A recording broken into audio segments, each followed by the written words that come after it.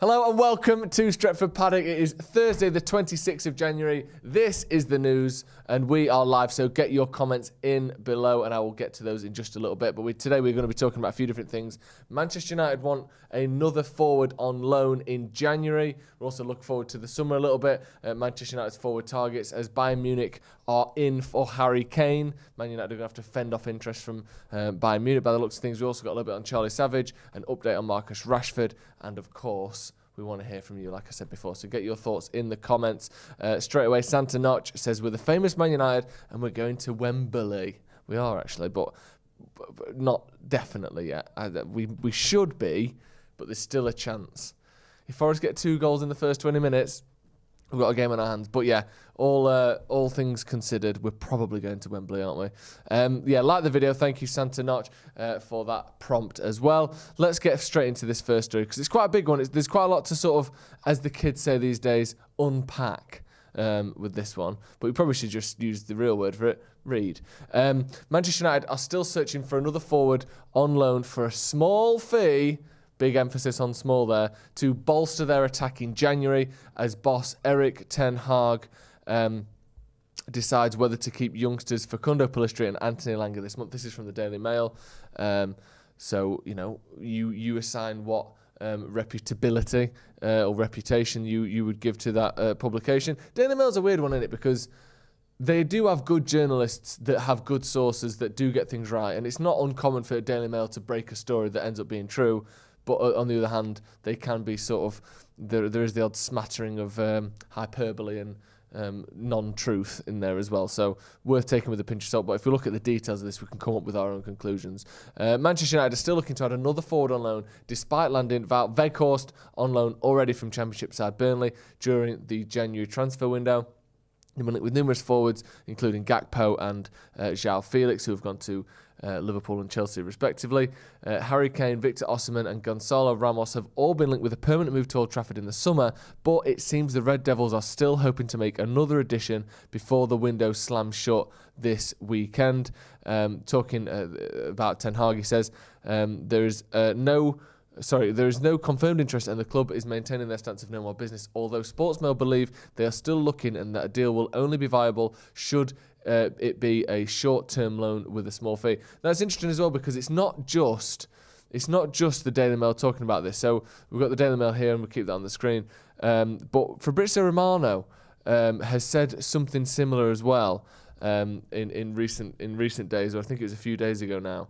He said that United could still be up for another transfer. I can't remember the exact words he used. It was something like sneaky or creative or something to describe this potential final transfer, as in like not a big name, but United may well be up for getting someone else in. So it's a couple of reputable and semi-reputable sources saying now that Manchester United may still be in for someone this January, which I think personally is probably needed. If we just look at Martial's stats this season, and I don't want to, this isn't a point where we sit and slag off Anthony Martial. But he's Man United's main number 9. And when he's been fit, he has played pretty much every minute he's been available, or certainly every minute he's been able to this season. He's made, if we just have a quick look, I think he's made 13 appearances this season, 5 goals, 2 assists. Now, the problem is you can say, oh, well, his fitness isn't his fault, it's not his fault he's injured, or this, that, and the other. But if you are only scoring 5 goals and 2 assists for Man United, it almost doesn't really matter why. Because as a club, we need goals. So if you're unfit or you're out of form, they're one and the same. Because you aren't doing the thing that Man United need, which is scoring. Last season, he got 2 goals and 1 assist, and one of those assists was in the La Liga. So he got 2 goals for Manchester United, no assist. The season before that, it was 7 goals and 9 assists. So it's been, this is the 3rd season now where Martial is on course for double digits ish, if you're lucky, or less. And again, I think Martial's got great potential. We saw him in pre-season looking really good, looking really promising. He came on against Liverpool, got the assist, looked excellent. He had this sort of energy and intensity to him to start the season, but then he got injured and he's come back, and it still looks like he's not fully fit. I mean, he's out again now with another injury. So there are massive problems there, because, like I said, doesn't matter how much you like him, doesn't matter whether someone getting injured is their fault or not. If you are getting 5 goals and 2 assists in the first we're past halfway really now, because we're not going to get all those group stage matches that we got in the Europa League. So that's a cluster of games that we won't get again unless we win the tournament. We're not going to get all these League Cup matches back because that tournament ends in a month, and we've got 2 games left in that maximum. So we're actually over halfway through the season in terms of games, and he's got 5 goals. Man United's number 9. Regardless, like I keep saying, of fitness, form, or how much you like him, or how much potential you think he's got, we can't have our number 9 scoring 5 goals in the first half of the season. If it weren't for Marcus Rashford, we would be shitting it this year. And, you know, Marcus Rashford doesn't exactly have the greatest injury record over the last couple of seasons, and yet he's the only one keeping us afloat in terms of goal scoring at the moment. So if we go back to this article, it makes sense to me that United would be in for another number 9. I thought Weghorst looked good yesterday, but again, it's not the sort of player that is going to be starting and scoring big goals every single week. He doesn't really have any pace. We don't really have that option up front other than, like I said, you put Rashford down the middle. That could work, but then who do you put on the left? Sancho hasn't played for nearly 3 months for Manchester United. You know, Elanga's wildly out of form. Antony's not in the best form himself, but there's no one on that side to replace him either.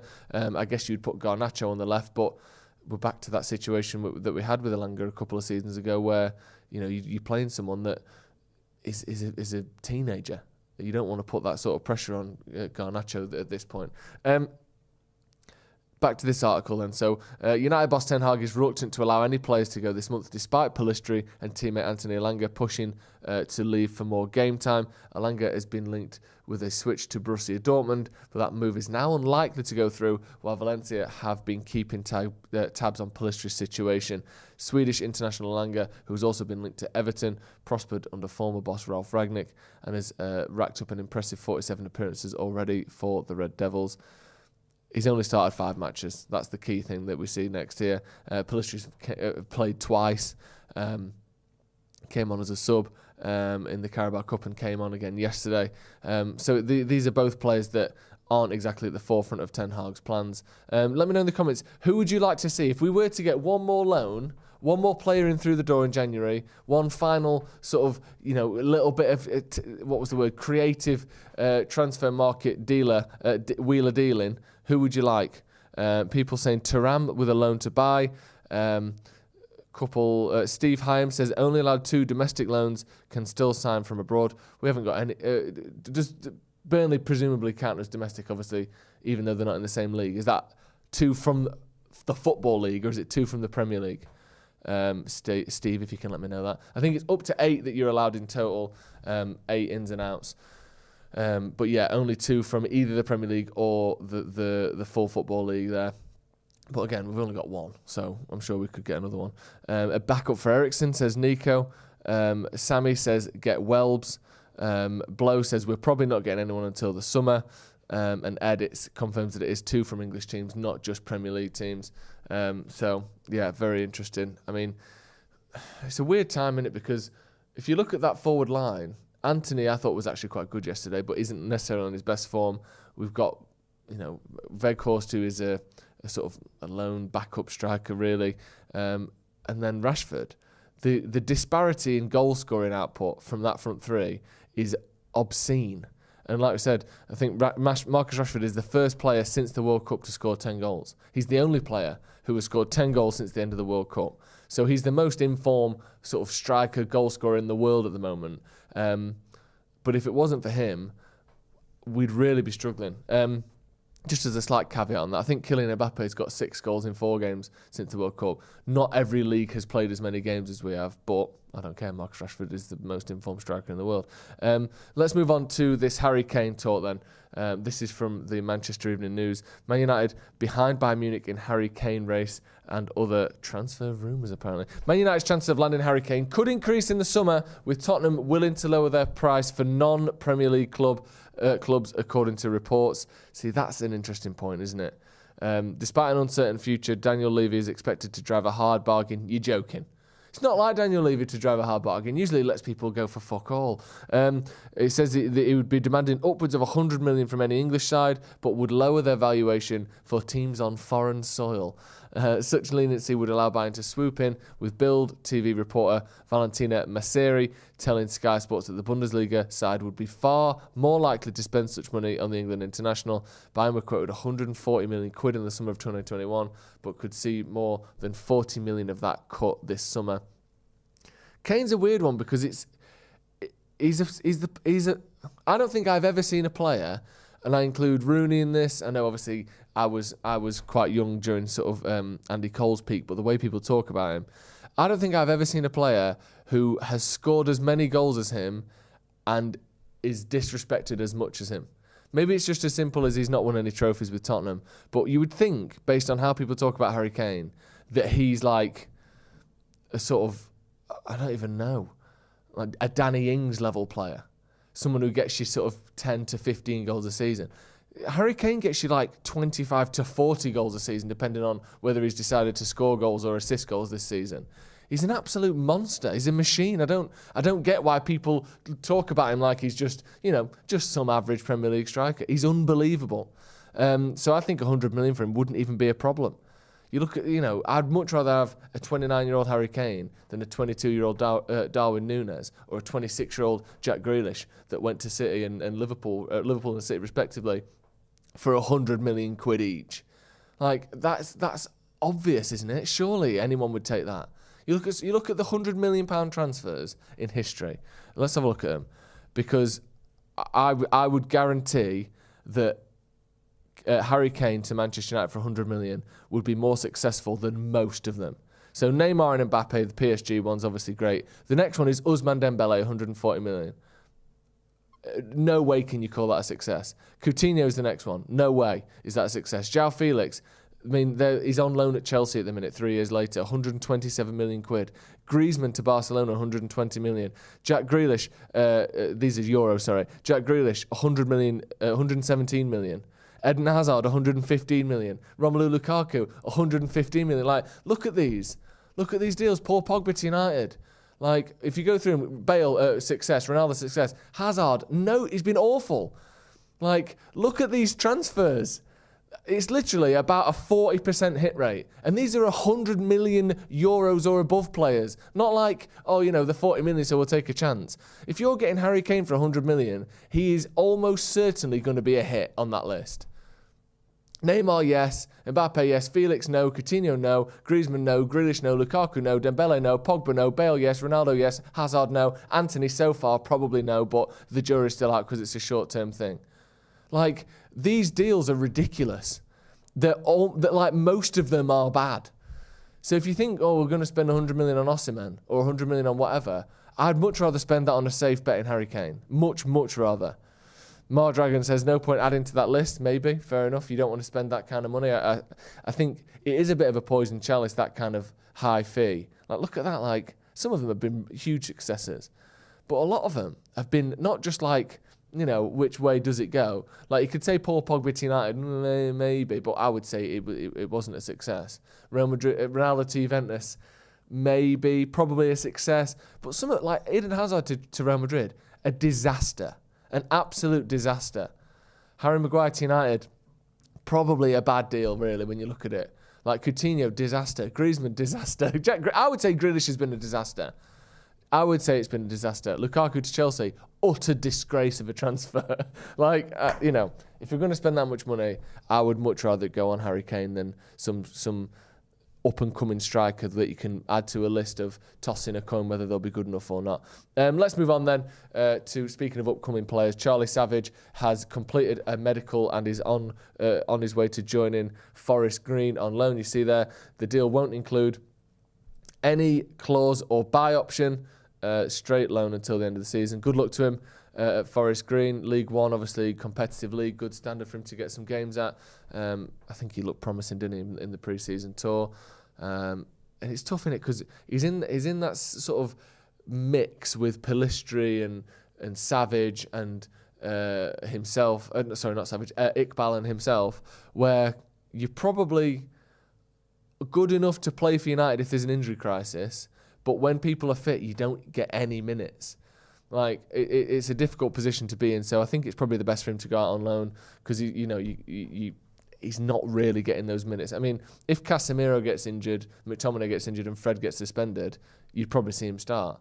But other than that, it's probably going to be a season sat on the bench and playing for the under-18s or the reserve. So, I think it's probably a good move for him, that. And I think, generally speaking, loans are a good thing, aren't they? Especially for midfielders where, typically you're not coming through into a starting 11 as a teenager. I can't remember the last, other than Fabregas, when's the last time a teenage midfielder came through a top 6 team's academy and was successful? Anyone? Let me know. I think Cesc Fabregas is the last one I can think of. So it's very rare. So I think put him out on loan, give him some time to develop and adapt. Foden, yeah, but again, he's more of an attacker, isn't he? But yeah, Foden, I guess, would be the other one. But it's one every 10 years. It's difficult. McTominay, yeah, he wasn't a teenager when he came through at United. I think he was 21, 22, which again, I think Charlie Savage is 19. Just double check that. I'm pretty sure he's 19. 19 years old. So we've got 3 or 4 years maybe to go before he can get into that. Yeah, people talking about Mount, Busquets, like it's few and far between. So get him out on loan, give him some experience, and get him ready for the first team is no bad idea if you ask me. And that's going to be all from us this morning. Get your thoughts in the comments. Man United looking for another loan. It's weird, this one, isn't it? Because it's the 26th of January right now, so we've got about 5 days left of this transfer window. We will find out if this loan deal comes off. 26, 27, 28, 29, 30th, 31st. 6 days left. Took me a second to count to 6. 6 days left. We will find out very soon if Ten Hag can turn the cogs, find some ingenious final loan deal for this window. I think we need it. I think we are struggling for depth. I think if Marcus Rashford gets injured, I don't really know what we're going to do, to be honest. And like we said, over the last sort of 2 years, his injury record has been worrying at times. Obviously, he's stayed fit for quite a while now, but let's make sure we've got some backup plan here in case the worst is to happen. That's going to be all from me. Thank you very much for joining us this morning. Hit subscribe to the channel if you haven't already. We've got some fantastic videos coming today, by the way. I'm going to be talking to Stephen Howson about his thoughts on Marcus Rashford, the rejuvenation of Marcus Rashford, and also I'll be doing an exclusive interview with Matthew Slater, the Athletic journalist who spoke at length about Jim Ratcliffe's ownership of Nice, and we'll be analysing just what Jim Ratcliffe could bring to United, what the Nice fans, the Nice people who support that club think of him as an owner, and what it could mean for Manchester United if he was to take over from the Glazers. So make sure you check that out later. That'll be a fantastic and insightful video. Not from me. I'm not bigging up myself. Matthew Slater coming on the channel. So thank you again, and make sure you check that out in a little bit. See you later.